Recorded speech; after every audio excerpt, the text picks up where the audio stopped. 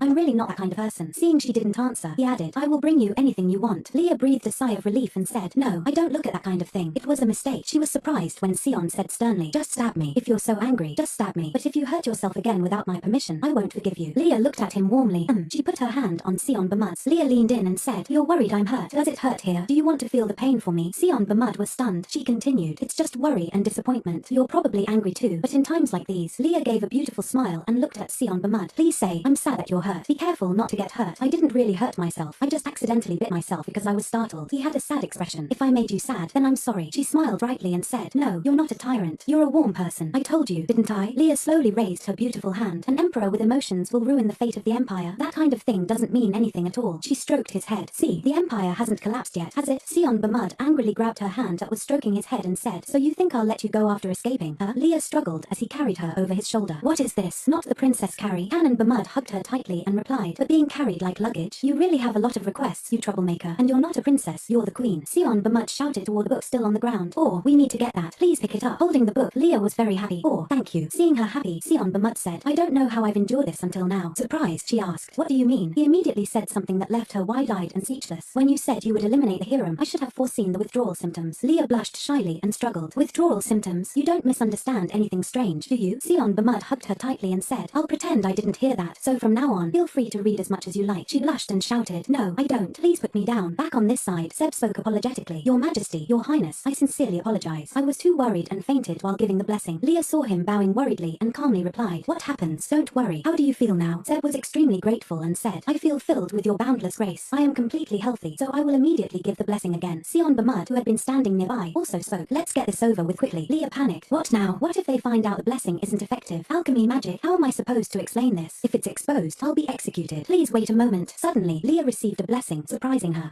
Seb was constantly praying, "In the name of the divine, I grant Queen Liam the power of blessing to protect her body and mind." Leah smiled brightly and pretended to say, It didn't seem very effective just now because you were too worried, but after resting, you succeeded excellently." He was still worried and replied, "Really, I have to apologize. I barely remember anything before I fainted." Leah was a little surprised, so he forgot everything about alchemy and souls that we talked about earlier. She held her head tiredly and thought, "I thought he fell asleep because of my lullaby, but wasn't it because he fainted from using too much power? Well, I'm not a witch. How could I put someone to sleep with a song?" Seb bowed respectfully. "I will return and continue to improve myself, Your Majesty." Leah tiredly replied, "You did a great job." Seb, next to him, spoke angrily, "I will lift the restriction order, but you have to go for regular checkups. If you neglect your health, I will lock you up again." Leah firmly pointed at him and replied, "I understand, but in return, Canon also has to go for regular checkups. It's not fair if only I have to go." Seeing her point at him, Sion Bamud was confused and said, "What's unfair? Even after being so sick, you're still making excuses like this." Leah puffed up her cheeks adorably and replied, "Is that just how you see it, Sion? You may look fine, but you could also be in a condition that needs a checkup." She kept shouting, "And please do something about the pregnancy rumors. I was so shocked when I heard it from Eloise. You knew about it, right?" Leah pouted and speculated. Surely the rumor helped delay the Duke for a while. She imagined stones pressing down on her, paranoia from a hateful stalker. "It's so unfair." Sion Bamud stood with his arms crossed. "If it's not exposed, it will eventually disappear on its own. Why bother doing anything?" Leah was suddenly confused. What about my reputation?" He continued, "I should have hidden that book and kept quiet." Hearing that, Leah said, "Hurry and deny it. If you don't, I really won't let you sleep." Sion looked cold and replied, "Depends on how you behave." She shouted, waving her hands, "You're so bad." Suddenly, she looked at the table in front of her and asked, "By the way, did you see the sheet music on the table?" He replied, "No, I didn't see it. It must have been lost during cleaning." "Is it important?" She shook her head a little remorsefully. "Not very important, but it was a gift from Eloise. If it's lost, I feel a little guilty." Canon Bamud gently laid her down on the bed and said softly, "If it's just a small matter, don't worry about it anymore and go to sleep." Leah closed her eyes to sleep but still felt a little sad. But I still feel a little guilty. I'll send Eloise a gift to thank her." The next morning, Leah coughed lightly and said, "The book clearly stated our souls have not yet merged, but when Seb gave the blessing again, it worked perfectly without any resistance." Leo Castle, sitting next to her, asked clearly, "You said it was about emotions, body, and contact, right? Perhaps the Emperor's emotions have also begun to affect his soul." She wore a pensive expression. "So then, if we continue continue like this, I will no longer be sick because of the curse. I just need to keep meeting and exchanging emotions, right? Leo Castle took the book and stared at it intently, suspiciously. But why did Sir Seb forget everything that happened with the Queen? Leah speculated. Who knows? Maybe he really forgot after fainting. She sighed. That's beneficial for us. If he talked about alchemy, that book might have been discovered. I even tried it with Lynn out of curiosity, and this book only reacts to my blood. As long as we don't talk about alchemy, the risk of discovery is very low. Leah looked at the book sadly. Although disguising as a red book is a bit embarrassing. Anyway, it's still better than revealing that it's a book of alchemy. But why do I feel like I've forgotten something important? A dark shadow of a man spoke. Do you think they suspected anything? The dark shadow of a girl brought a bottle of wine and replied, if they suspected, one of us would be dead already. She poured the wine and continued, but it's true that we haven't made any progress. If things remain the same at the next convocation, the punishment will fall. The man slowly sipped his wine and said, if the Queen cannot be shaken, they will turn to the Emperor. Just because things are quiet for a while doesn't mean their nature has changed. Blood always demands blood. Outside, beneath an auspicious sky filled with greenery and fresh air, a grey cloth fluttered across the beautiful scene. Leah Sealights was extremely excited. The air is so refreshing. Leaving the royal palace, she felt full of life. Today was the day of the grand hunting competition. She remembered begging Sion Bamud to let her go. Of course, Sion tried to stop her, saying it was too dangerous, but she kept begging, saying, being next to you would be safer. Leah wore a proud expression and was finally allowed to go. She hooked her arm around Canon Bamud's shoulder and said, you think it's a good idea to bring me along, right, Sion? He asked suspiciously. Why are you so excited? Leah smiled happily, her face blooming with joy. It's just everything. Honestly, I'm quite simple, optimistic and peace-loving, you know. Hearing that, he glanced at her. Canon Bamud suddenly asked, have you seen the list of participants I sent to the royal palace a few days ago? Leah unexpectedly replied, oh yes, of course I have. She smiled, though she barely remembered. Actually, she had been very busy hiding the fact that she vomited blood after taking the all-purpose antidote yesterday, so her memory was fuzzy. Leah looked at Sion Bamud worriedly. But Sion, why do you seem so tense today? A man approached and respectfully said, I greet your majesty. Cedric Sylvester, heir of the Sylvester Duchy, was introduced. The name sounded familiar.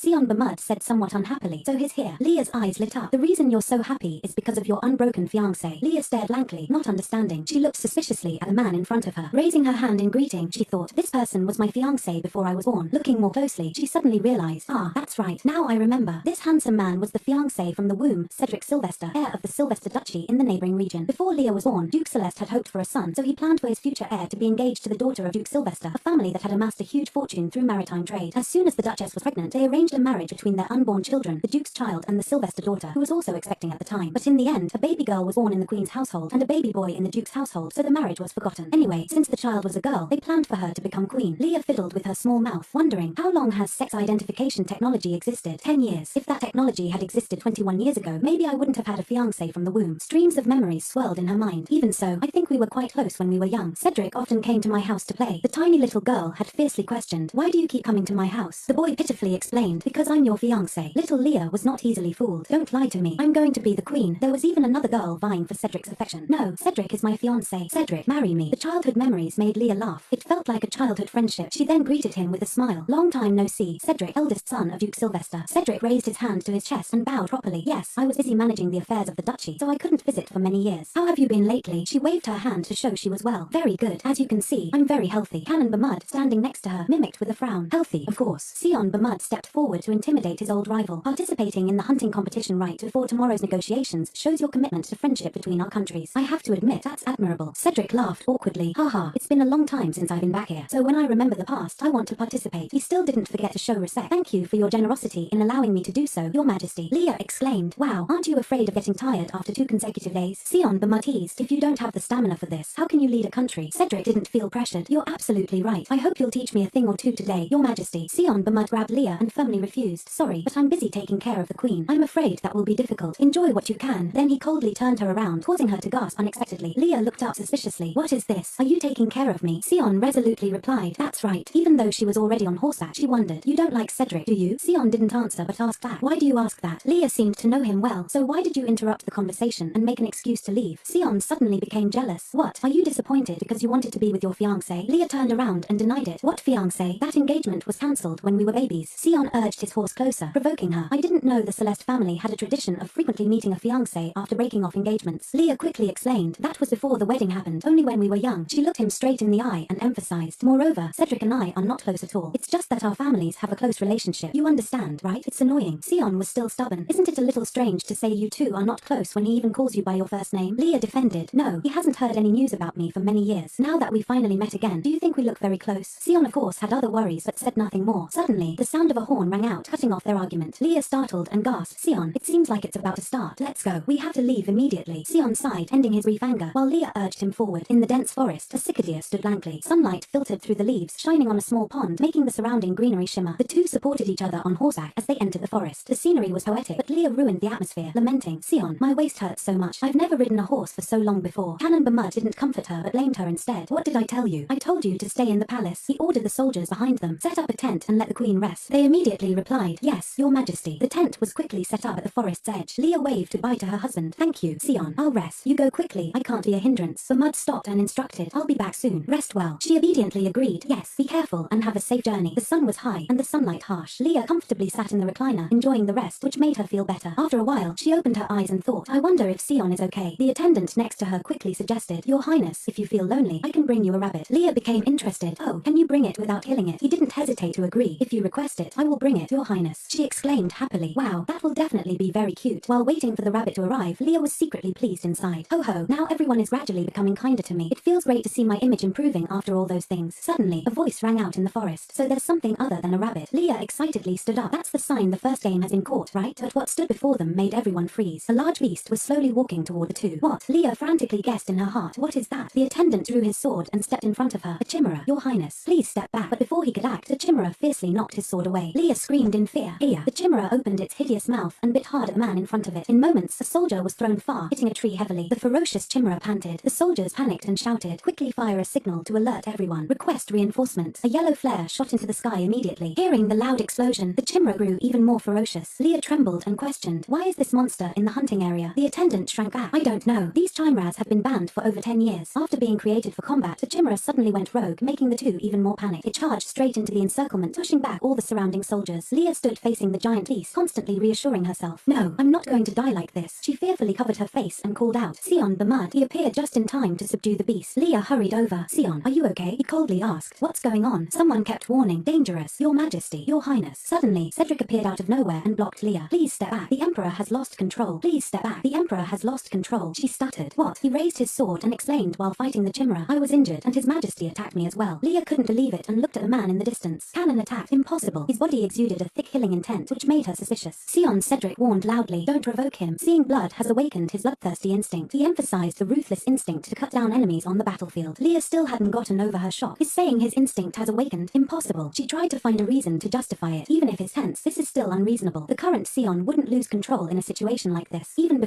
when he saw my blood, he was very normal. Leah's heartbeat suddenly skipped a beat. Something felt like it just disappeared. She rushed to Cedric and stopped him from taking action. "Stop. His Majesty is not that kind of person. I'll try talking to him." He still looked stubborn. "Your Highness, I am a friend of the Bamud royal family." Cedric turned and gave Leah a firm blow. "As long as the engagement with the Celeste Duchy is still valid, I have the responsibility to protect you." She asked, confused. "What?" He suddenly changed his tone. "If you can't attend the wedding, Eloise will be very sad." Leah's head filled with question marks. What is he saying? "I'm going to marry Eloise. Why is the Duke's family involved in this?" She hesitated but was interrupted by a sharp sound slicing through the air, replaced by a fearful scream. "Ah!" Cedric turned his head and called out, "Your Highness." Leah touched the wound on her face and questioned, "An arrow? Where did it come from?" She paused, thinking, "Wait, there's a smell like the scent of an unstable body." Leah grew dizzy. Impossible. A poisoned arrow. A special scent brushed against her skin. She rummaged through her memories. "I remember. That's the poison I prepared to deal with Lindo." The blue bottle of poison appeared clearly in her mind. It's a mild poison, but its symptoms are difficult to detect. If not treated immediately, it can cause serious and even fatal consequences. She covered her mouth, panting and complaining. Who would use such a poisoned arrow in a hunting competition? Even though she was careful, damage to her internal organs was inevitable. Fresh blood began pouring from Leah's mouth. Sion Bamud seemed drawn to the scent of blood. The blue veins on his face popped out. He slashed his sword straight at Cedric. Cedric tried to resist and urged, "Your Highness, please run away quickly." She didn't listen but reacted to something else, the scent of Valetamine. Leah felt cold all over. Why does that scent come from Cedric? He doesn't seem poisoned though. Sion Bamud attacked Cedric relentlessly. The sharp tip of the spear aimed straight at his neck as he charged forward. Though Cedric tilted his head to avoid it, the blade still grazed his cheek. The spear shaft followed its momentum and hit his shoulder hard. The two men maintained their stance, weapons pointed at each other. Leah called out, "Sion." She looked at his soulless state and wondered, that's strange. Someone must have taken advantage of him to make him lose control. Leah bit her lip in anger. "I won't forgive whoever did this." She thought of how carefully she had been taking care of him. The journey of being by Sion Bamud's side flashed before her like a revolving lantern. Sumptuous meals, quality sleep. Leah burst into anger. "I've only just tamed him. I need to stop this immediately." She kept urging herself. What should I do? She remembered the book Emotions, Body, Contact that she had read. That red book taught me about soul connections. Leah decided to take a gamble. "I'm not sure if it will work, but there's no time to hesitate." She looked at the two who were fighting madly and silently prayed, "Please, please." Leah rushed straight at Cedric. "Get out of the way." He recoiled in alarm. Her heels left the ground and by mistake she placed a kiss on Sion Bamud's lips. He opened his eyes wide in surprise at this unexpected incident. The two remained silent in this awkward position under the sunlight. Sion Bamud threw the spear from his hand away. He took back the initiative, deepening the kiss. Now it was was Leah's turn to panic. Wait, what? Sion tightened his grip on her waist. Everything happened so suddenly. Suddenly, soldiers appeared from afar and asked with concern, Your Majesty, Your Highness, are you okay? Leah reminded herself in confusion. Everyone, before everyone's eyes, she struggled desperately. Stop,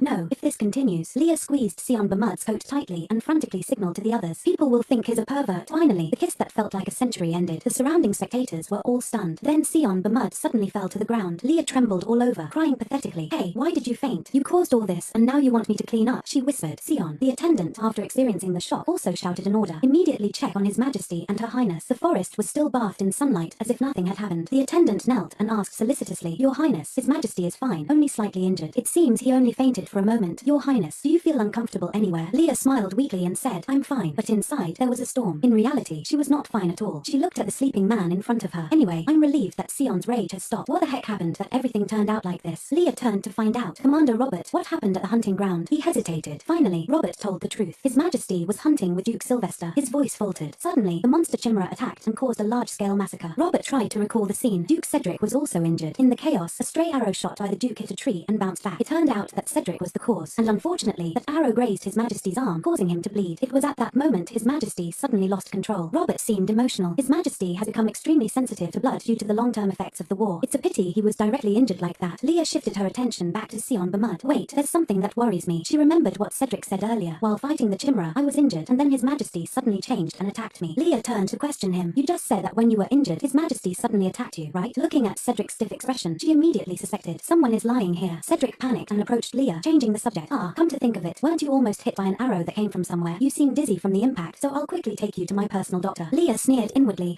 Now he's trying to make me believe there's something wrong with my memory. She found it unbelievable. He didn't even blink and kept acting. Even I was fooled. Leah touched her wound and said in a low voice, Speaking of the arrow you just mentioned, she dropped a bombshell. It was a poisoned arrow. Leah turned to the group of soldiers and said, I felt a strange smell and a burning sensation on the wound. They all exclaimed. What? Cedric seemed to find a lifeline. Now I understand. No wonder you remember everything so strangely. It must be a type of poison that affects the nerves. The captain of the Knight's Order was called. Please take Her Highness to the doctor. Leah interrupted him. No need to put on a show, she declared loudly. As everyone knows, thanks to His Majesty, I have recently been adhering to a very strict diet. I also take special medicine to remove toxins from my body every day. Then she confidently concluded, therefore, such a small amount of poison will not affect me. But the truth was what Leah would not say. Actually, she didn't take those things. It's thanks to Lindo's all-purpose antidote. She stared at the others, slowing down each word. So I will not suddenly faint from a poisoned arrow. Cedric felt he could no longer argue. I was too panicked and spoke nonsense. The captain of the Knight's Order is right, he frantically explained. But didn't Her Highness also see it? Her Highness pointed a sword at me for no reason. Leah stomped her foot on the ground. Of course I saw it. She grabbed his hand firmly and reprimanded him. It's not for no reason. In fact, I should say it's suspicious. Leah squeezed his wrist tightly, eyes narrowing as she suspected. Or maybe, she caught the scent on Cedric's wrist and asked sharply, should I call you a criminal? Suddenly, dizziness swept over her. She unexpectedly spat out a mouthful of blood. The surrounding soldiers panicked and shouted, Your Majesty, Her Highness. Leah pointed directly at Cedric and commanded, judging by the reaction to the drug, it seems the gloves are poisoned. Arrest him immediately. With a chorus of yes, Your Highness, Cedric was pressed to the ground. Desperately, Cedric tried to justify himself. Your Highness, please give me a chance to explain. The substance on my gloves is something widely used in our duchy. Leah shot him a contemptuous look. He's still acting until the very last minute. At that moment, a scent of acetamine spread through the air. Turning her back to him with icy indifference, she said, not worth listening to anymore. Take him away. Amid the echoes of yes, Your Highness, Cedric's voice cracked in desperation. Leah breathed a sigh of relief. Finally, this matter has calmed down a bit. She slightly parted her lips as if to say something more, but ultimately remained silent, staring at the blood-stained handkerchief in her hand. I'm sure Cedric didn't plan this himself. The one who shot the poisoned arrow while I was with him must be his accomplice. Piecing the events together in her mind, Leah understood the situation. First, they released a chimera to create a fake battlefield, making Sion more sensitive. Then, they deliberately shot the arrow at Sion, knowing he would lose control upon seeing blood. After that, Cedric came to her and lied, claiming Sion attacked him first to keep me away from Sion through fear. Meanwhile, the hidden accomplice shot the poisoned arrow at me. If I had died, they would fabricate a story that Sion killed me in a bloodlust. If I really died, the soul-binding charm would activate, and Sion might completely lose his mind, just like in the original plot. I don't know if Cedric knew about that charm or not, but I need to find out what triggers Sion's reaction to blood. The accident during the inauguration ceremony was similar. Watching how Sion handled the aftermath of the war, Leah suddenly became enlightened. It seems he doesn't like blood or killing. She lowered her head, pondering. Actually, it seems he hates it more. Is this a psychological trauma reaction? But anyway, it's strange that he becomes more aggressive whenever he sees blood. Leah silently made a decision. When I get back, I need to investigate this more thoroughly. Robert approached her to report. Your Majesty, Your Highness, the hunting tournament has been cancelled immediately. Please bring both Majesties back to the Royal Palace for treatment and start an investigation. Leah had no reason to refuse. Yes, as soon as His Majesty wakes up. Suddenly, she staggered, causing Robert to panic. Your Highness. He caught her confusedly as she fell into his arms. Your Highness. She was sweating with fear and feeling very unwell. Damn it, is it because I was directly poisoned twice? Her body trembled. Everyone around was in a commotion. Quickly put Her Highness highness on the carriage. Hurry. Leah grew more and more dazed. Oh god, my consciousness is fading little by little. She looked at the person lying quietly next to her and whispered, Sion. Sion Bamud's face was peaceful, as if he were just sleeping. Even so, she was glad he was safe. No big deal. Though his eyes opened, Leah was still lost in thought. I already solved everything, so why is he only opening his eyes now? She smiled contentedly. Indeed, a black panther needs a lot of effort. Softly, she uttered, You're in daze. Leah seemed to see Bamud shaking her awake again. He called her name repeatedly. Leah. She lost consciousness after that call. Yes, my name. Upon arriving at the royal palace, she was still unconscious. Sion Bamud held his head and blamed himself. Damn it, why is it like this? He grabbed Leo Castle and questioned him. I heard her highness drank the antidote, but was the poison from the hunting area neutralized? He stammered. Yes, your majesty, it was neutralized. Leo Castle tried to reassure him. It was just a sudden shock that disrupted the nervous system. Resting enough will help her recover. Sion Bamud raised a question. Compare the Duke's gloves with the components of the poisoned arrow. Leo Castle knelt and confirmed they matched the same type of poison. Sion looked extremely frustrated. No wonder I felt uneasy from the beginning. He dared to touch the queen. He turned away irritably, leaving an order. Make sure not a single hair of her highness is harmed. Leo Castle respectfully agreed. Yes, your majesty. Sion kept cursing. Damn it. He strode toward the prison. I don't remember anything after the arrow grazed me. It's crazy. He heard Leah stop him and handled the situation. But the more Sion thought about it, the angrier he became. It's pathetic that I lost consciousness while the fragile queen handled everything alone. Cedric was tied tightly to a chair like a criminal. Canon Bamud gloomily gave an order. Bring all the people involved here. Footsteps and the clashing sound of torture instruments immediately echoed in the prison. Canon Bamud exuded a dark aura and demanded, Speak. What is your purpose? He promised himself. I won't let Leo wake up in this damn situation. Earlier, a very long letter had been read. I am very sorry for the incident, and if you hand over the crown prince, I will punish him with imprisonment in a remote tower so he must reflect for the rest of his life. The envoy clarified. This is Mr. Sylvester's position. Canon Bamud quickly accused. His son is involved in funding the illegal modification of chimras and trading poisons to try to assassinate the royal family. Sion swept his sharp eyes at the envoy. Didn't you hear? He immediately knelt and presented a gesture of goodwill. He is offered the Northern Sea and says he will cancel the engagement between the crown prince and the Appenzeller family. Sion asked with interest, Are there any underwater fuel sources discovered in the Northern Sea? The envoy confirmed, Yes, your majesty. It is also an important location for sea transportation. Sion Bamud tore the letter of apology in his hand and mocked. It's ridiculous, going so far to save his son who has no courage at all. He decisively declared in the darkness, The Northern Sea will be renamed under the queen's name starting today. Canon Bamud raised the sword in his hand and warned, No excuses. Do it immediately. Suddenly, the attendant slammed open the door and interrupted, Emperor, your highness. Hearing the words, Her highness has regained consciousness. Sion Bamud felt as if hit by a body-fixing technique. He stood up hastily. The envoy asked confusedly, Then when will the execution be carried out? Canon Bamud threw back a sentence. Do it quickly and make a final report. Then he rushed out. His heart kept racing. She finally woke up. Thinking of the scene of Leah just lying still on the bed, anger took over his head again. They said her health is still fine. Why did she faint for 3 days? Sion ran straight through the long corridor. While waiting for her to wake up, he had been studying everything related all day and night. At that time, he had asked Cedric, What were you planning to do with those illegal chimras? Cedric looked up to the sky and said directly, I was planning to resell them all over the continent through Bamud. Canon Bamud continued, You chose a trading route through a hunting reserve. He pretended to understand. It's too big, you know. Cedric casually recounted the entire process, but admitted a mistake by the minister caused one to escape. He had calculated carefully. If it continued like that, everything would be exposed, so I covered it up by using your image. Cedric tried to force a smile on his distorted face. That's when Leah Bamud grabbed his neck angrily. How dare you mention the queen's name with that mouth? As if thinking of something, Cedric released his hand. Now Leah is injured. You, of course. Bamud threatened frankly. The Sylvester Duchy will not be safe either. His fist bulged with veins, a storm surging in his heart. How dare you drag the queen into this? You will pay for your crimes for the rest of your life. Sion Bamud finally stepped to the door of the room. Will looking at her face make me feel better? The attendant raised his hand to knock and announced inside, Your Majesty. His Majesty has arrived, but the door remained deadly silent. Canon Bamud hastily pulled the door. Leah, why is the door locked from inside? Finally, 2 sounds rang out. Go away. Sion Bamud was stunned and blurted, What? He frantically shook the door and begged, Open the door for me right now. Leah was still stubborn and shouted, Go away. I'm too embarrassed to live now. She screamed and fussed. How could you do that in front of everyone? Are you a pervert? Sion seemed to remember something and fearfully covered his mouth. Leah continued accusing, I know you did it on purpose. Canon Bamud dared to wear this hot. No, I didn't. It's not like that. She immediately covered up the story. Everyone sees. He still remembers. He impatiently slammed on the door. Leah, wait. Open the door for a moment. The doctor and attendants frantically ran to stop him. Your Majesty, if you continue like this, it will not be good for the queen's stability. Please leave today. Despite Bamud's trembling plea, Leah was still defiant. The doctor stretched out his arms to block the door. The attendants anxiously asked, Are you okay, Your Majesty? Leah was still transformed into an ostrich in the blanket. I don't know. How can I appear in front of everyone from now on? She regretted burying her face in the pillow. I tried so hard to avoid being ruined as a queen. Now everything is lost. Leah's eyes still glistened with tears. Even though we're a couple, we shouldn't have done that in front of so many people. She blushed, thinking, that kind of thing should only happen when we're alone. Feeling her mind was wandering too far, Leah squirmed. What am I thinking? No, stop right now. Don't think about it. She held her head and cried, Please go away, you Liu demon. It's all the fault of that damned red book. Suddenly, Sion Burmett appeared out of nowhere and rushed toward her. Aren't you going to eat lunch? Leah cowered in his arms. Be careful. I haven't fully recovered yet. Sion looked concerned. Should I carry you to the room? Leah hurriedly pushed him away. No, thank you. Anyway, I don't need that book. He explained anxiously. No, it's just, please come with me. Taking advantage of his carelessness, Leah slipped away. Then I'll go. She returned to her room, slammed the door shut, and protected it like a thief. Leah leaned against the door, breathless and wondering, what should I do now? Slowly, she slid down, hugging her face in embarrassment. I can't face Leo Castle. Suddenly, Leo Castle spoke up with concern. Why are you suddenly avoiding the Emperor? Leah was so startled she lost her color. You scared me. She stood up and questioned him. Why are you here? He replied honestly. His Majesty just summoned you to report on your investigation. Leah rolled her eyes, remembering. Oh yes, I think he mentioned something about that. But Leo Castle didn't let go of his question. So, why are you avoiding him? She painfully propped her chin and asked back. Could you act normal with someone who kissed you publicly in front of so many people? Leo Castle sincerely advised. That's not impossible. Moreover, you two are married already. Leah made a face and retorted. You can really say that. You come from the Herm. So generous. Leo Castle snapped back angrily. I don't think the person who created the Herm is qualified to say that. Also, I'm still pure. They exchanged words. Whatever the case, I never thought His Majesty would be ashamed of this. Do you think I'm shameless? Leo Castle assessed her for a moment and then honestly replied. Actually, a little. Leah imagined the palace gossipers and went crazy. The matter of punishing the crown prince must be kept secret. In the end, everyone will only remember my kissing scene. They'll freely ridicule. Oh my god, I heard His Majesty and the Queen have a very good relationship. He loves her so much he doesn't care who's watching. Getting pregnant early in a political marriage seems strange. Her? She pounced and grabbed Leo Castle's collar. I even announced I'm not pregnant, but they still don't believe it. He felt speechless. What's so bad about rumors of your love affair being beautiful? Leo Castle breathed out and adjusted his collar, then exposed the truth. To me, your embarrassment is just an excuse. It's more like you're avoiding His Majesty because you can't stop thinking about him. Instead of ignoring your feelings, you should face them. Leah stood abruptly, anger burning fiercely. It's not like that. He reminded her of the first anniversary celebration of Ahmad. In a few days, both of you have to attend the event. How do you plan to handle it? Leah collapsed. What will I do? She fell into a spiral of self-doubt. How can I face everyone at the event? Everyone will talk about this. Leah poked her two index fingers together hesitantly. The rumors have been exaggerated too much. The plan to divorce in 2 years and live peacefully has completely collapsed. Leo Castle looked at her and wanted to be depressed too. I don't want to hear about the master's love affair. On the day of the anniversary event, the sky was blue, the clouds white, and the sun golden. The palace opened its doors wide, and flowers fluttered across the sky. Sion Bamud sincerely apologized. I told you it was my fault. Leah stammered. Exactly what did you do wrong? He hesitated. I don't remember very clearly. She didn't want to mention that embarrassing anecdote either. If you don't remember, then don't apologize. Leah covered her face and complained. Why do you keep bringing up that story and making me embarrassed? Sion looked puzzled. What did I do to embarrass you? Finally, she blurted it out. You humiliated me by kissing me in front of everyone. Sion honestly corrected her. If put in context, you were the one who started it. Leah's expression changed instantly. I did it to get a reaction from you. I never intended for it to be so intense. He suddenly became serious. Are you that embarrassed? Leah admitted honestly. Of course. Above all, the person who put me in that situation doesn't even remember clearly, so only I am embarrassed. And the real reason she didn't want to say. That was my first kiss. Noisy sounds urging them began ringing from outside. Leah frankly concluded. So, from now on, don't cross the line. Sion pulled her back and suggested, revenge is an option. He leaned close and confirmed. You said you hated me a lot, then whispered in her ear. The two leaned against the doorframe, making the crowd below even more enthusiastic. Leah blushed and reminded him, wait, what are you doing? Sion stayed in place and replied, if that incident made you so embarrassed. He grabbed her hand and pointed it at his face. Then this time, I'll be the one who feels embarrassed. Leah lightly touched his cheek and thought, he's telling me to hit him. Her speculation grew bolder. Is he planning to pretend to kiss me in public so I slap him and humiliate him? Leah stared blankly at him. He's really willing to be slapped just to soothe me. What man would do that? She changed her mind, took her finger, and lifted Sion's chin to tease him. Do you think this is enough? Leah scratched his smooth chin, then gleefully stroked his head. This scene unfolded clearly before the public's eyes. The crowd, showered with dog food, shouted, look, His Majesty can't resist the Queen. Leah also felt it was quite fun to play along. Haha, who would have thought His Majesty could look like this? In her heart, she secretly enjoyed watching him accept his punishment. Obedient is also cute. Canon Bamud suddenly opened his mouth. Do you feel better? Leah lowered her head slightly, pretending to ponder, then replied brightly, yes, Sion. The two walked together to the balcony and waved to their citizens. Luren respectfully reminded Leah, Your Highness, your next schedule is afternoon tea. She simply replied, okay, then wandered off, complaining, just a gathering of the nobility to commemorate this occasion. She muttered to herself, Sion is busy with affairs of the country. A girl spoke up and interrupted, I greet the Queen. Leah recognized her and greeted back, oh, Eloise, are you doing well lately? Eloise shyly covered her cheek. Yes, Your Highness. Thank you for your concern. In her heart, Leah happily thought, it's really a relief she doesn't have to marry the man who dared to harm me. She must have hated him that much. Leah Elites walked alongside Eloise, offering words of comfort. That's a smart thought, Eloise. There are still many better things in this world. Eloise smiled in agreement. You're right, actually. I've been paying attention to someone lately. She became very excited. Really? Who is it? Eloise hugged Leah's arm shyly. The Duchess of Shire. Leah froze, startled. Has the mud suddenly become more open-minded? She wondered. Eloise continued with more details. I mean Princess Ruby Shire of the Shire Kingdom. She married Duke Shire just last month. Now Leah was doubly shocked, and she's married. Eloise was still immersed in her own dreams. The Duchess and I have common interests. I want to be friends with her. Leah breathed a sigh of relief. Oh, so that's it. She turned to Eloise and asked, so, can you help me sit close to her? Leah hesitated, knowing the seats were arranged by nobility rank, but she still agreed. That's not a problem. I'll take care of it. The two entered a luxurious, magnificent banquet hall together. Eloise enthusiastically approached her admired target. Duchess of Shire, this is my favorite lemon cake. Would you like to try it? It's really fragrant and soft. Though confused, Ruby politely replied, thank you, miss. She tasted the cake and praised, it's really delicious. Eloise's eyes smiled brightly. I'm glad to hear that. Leah Elite stared intently at the beautiful red-haired girl in front of her. So she's the Duchess of Shire. Eloise continued introducing a new dish. Please try the scone too. The butter flavor is very good. Leah looked at Ruby but didn't refuse. She worried quietly. Is it okay to give her so much flour? It might be heavy on her stomach, but it's not my business. In her head, Leah decided she'll probably handle it herself. Suddenly, someone smiled brightly and greeted the Duchess. Long time no see. Ruby smiled back. Haha, your highness. I just spoke to you a moment ago. But just then, Ruby covered her mouth, causing Eloise to worry. Duchess, are you okay? The woman next to Ruby added with concern. Oh my god, Duchess Shire, are you not feeling well? Ruby wiped her mouth with a handkerchief and explained, oh, it's nothing serious. I just feel a little uncomfortable. Eloise quickly took out a bottle of medicine. I've also been having indigestion lately, so I often carry medicine with me. Duchess, you should try this. A woman in a blue dress praised loudly. Oh, Miss Apenzela is so thoughtful. Ruby took the medicine and smiled brightly. Thank you all for your concern. Leah breathed a sigh of relief and put down her teacup. I knew it. Luckily, Eloise brought medicine. After a bit of chatting, Leah opened the conversation. Now that we've talked a bit, we should get to the main issue, right? By the way, it's great to be here with everyone. Next, a girl in an orange dress suggested, how about organizing a tea party at a villa outside the capital? I heard the royal villa is very beautiful. I would love to see it. Leah agreed cheerfully. Really? Then I will ask the emperor for permission. The group of girls clapped their hands excitedly. I'm so excited. But someone reminded them, if it's at the royal villa, those hickey noble ladies will also come. Leah nodded to herself. Exactly. She looked thoughtful. My image is still improving among the young people, but if I build relationships with influential ladies, I can gather more hair for the all-purpose medicine. I'll also collect important information and prepare a slush fund. Leah giggled and covered her mouth, smiling secretly. One arrow hits two targets. I will be close to them, definitely. Suddenly, Ruby spoke up. Excuse me, I'll go to the waiting room for a while. The girl next to her immediately agreed. Ah, go ahead. Leah wondered, why did she go to the waiting room so suddenly? She looked worried. Her face looked pale. Could it be that the digestive medicine didn't work? Even though Ruby left, Eloise didn't notice. She was too busy talking. Leah scratched her chin, curious. She seems like the type who silently endures on her own. Should I help her? Leah decided to act. She walked to the restroom door and called out, Duchess of Shire. Ruby stood up abruptly and greeted, Your Highness. Leah asked with concern, you don't look well. Are you still not feeling well? She stood next to Ruby and asked, should I call the royal doctor now? Ruby hurriedly refused. Sit down. No, Your Highness. I just need to rest a bit. I'll feel better. Leah, still enthusiastic, said, I know a very effective remedy. Would you like to try it? Ruby looked extremely surprised. Really? Leah turned and whispered into Luren's ear. She left for a moment and then came back. I have wrought what you requested, Your Highness. She held a sharp needle and asked again, did you sterilize it? Luren respectfully confirmed, yes. Ruby screamed in horror, Your Highness. Leah winked to reassure her, sure, just trust me. Ruby trembled like a leaf, unbelievably. But how can this work? Leah didn't care whether Ruby believed it or not. Some say it has no medical basis, but for indigestion, this is the most effective method. She grabbed Ruby's finger and said, close your eyes for a moment. Leah asked while inserting the needle, how does it feel? Not too painful, right? Ruby looked at the drop of black blood flowing out and was so scared she dry heaved. Why is it so black? She hurriedly covered her mouth and ran away. After a while, Ruby returned brightly. Your Highness, thank you very much. I feel much better. She hugged Leah's arm admiringly. Like magic. How did you do that? Leah covered her mouth and laughed. Oh, so embarrassing. It's nothing special. Probably a family secret. Leah concluded the lesson. In the end, wise advice is still the best. The two happily returned to the banquet hall together. Eloise looked regretful. I'm sorry, Duchess. I think I invited you to eat too much. Ruby still focused on Leah and didn't react to Eloise. Your Highness, I'm extremely grateful. Leah proposed happily. As a reward, I want to invite you to my house to play. How does that sound? Ruby eagerly agreed. Yes, if there's a chance, I'd be honored. Eloise shyly tried to interrupt. Ah, by the way, but Eloise silently watched the two happy women in their own world and angrily tightened her skirt. Late that night, Leah continued with a difficult problem. You know, I think I need to resolve the trouble with Sion. Leo Castle asked, is it because of what happened at the hunting area? She nodded. I know Sion is sensitive to blood, but I didn't know he could lose control like that. Leah touched the red book she used when he smelled her blood. There was no problem then. She explained the situation of Cedric's sneak attack, but at the hunting area, when Sion smelled someone else's blood and then saw his own, he lost control. Leah boldly speculated, it seems these two events are related. She rummaged through her memories. The prophecy said that if Sion felt strong emotions, he would destroy the future of the Empire. If he lost control because of anger, that fits perfectly. Leo Castle reminded her, why don't you ask that red book? It helped His Majesty calm down when he was losing control, right? He raised his hand and invited, do you want me to prick your finger for blood? Leah pulled her hand back sarcastically. You're too enthusiastic, even though it's not your business. No, it's okay. I'll do it myself. She dripped a little blood from her fingertip onto the page of the book. It immediately appeared. What do you want to know, my lady? Leah quickly wrote down the question. The man I am soulbound to loses control when he sees blood. Teach me how to fix that. The book immediately replied, as we have done so far, use your power to tame him. Indecent thoughts appeared in Leah's mind. Tame him? What does that mean? Not the kind I'm thinking about. How do I tame him? Please explain in more detail. The book answered, generally, if you carry energy like today, your power will help him calm down. She turned to ask Leo Castle,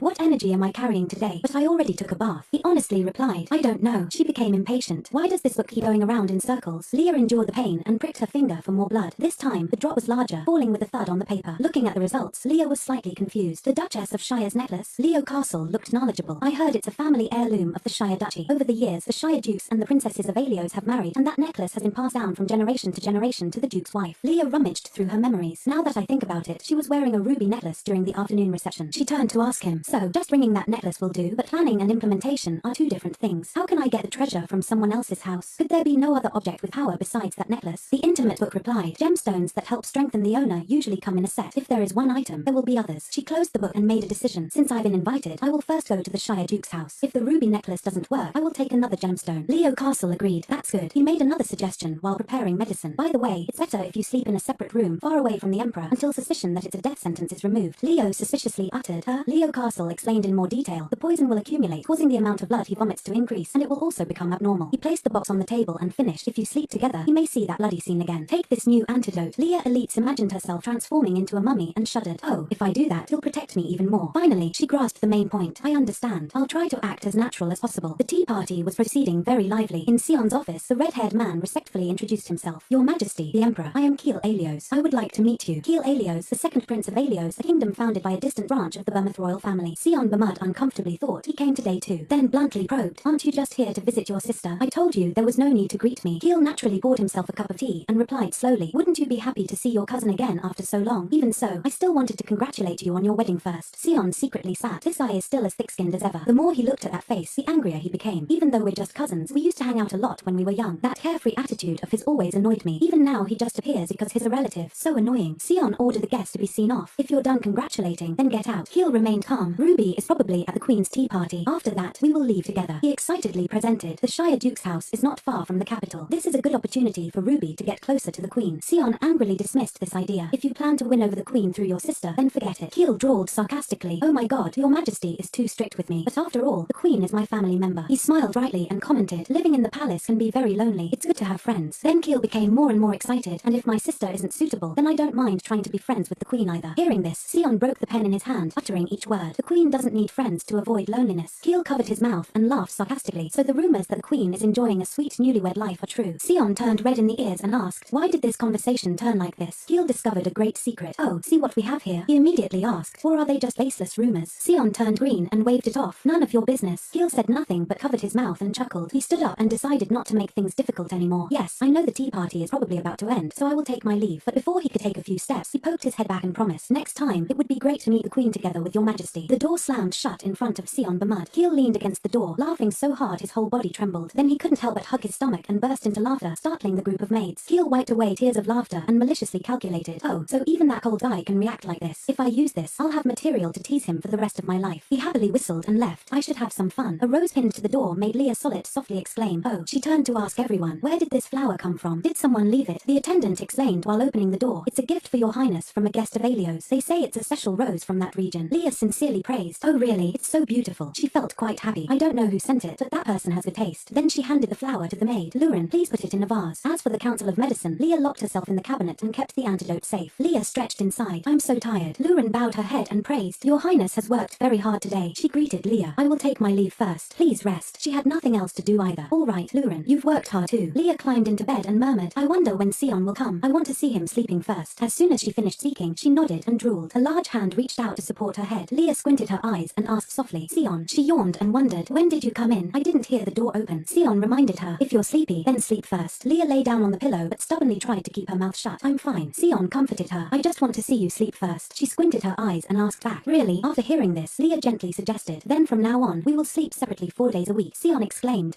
He immediately questioned, why suddenly like that? Leah explained, very reasonably, now that you sleep peacefully, there's no need to sleep together every night anymore. She spoke smoothly. Also, I want to make sure you can really sleep by yourself. Okay. Not hearing a reply made Leah tremble with anger. Why don't you say anything? You lied about sleeping well, didn't you? Sion replied weakly, it's not like that. He sighed. Then again, 4 days. Suddenly Sion's eyes focused on the flower and asked, what is this? Leah blankly uttered, what? He bluntly suspected, that rose, it seems to be from Aelios. Why is it here? Leah looked nonchalant.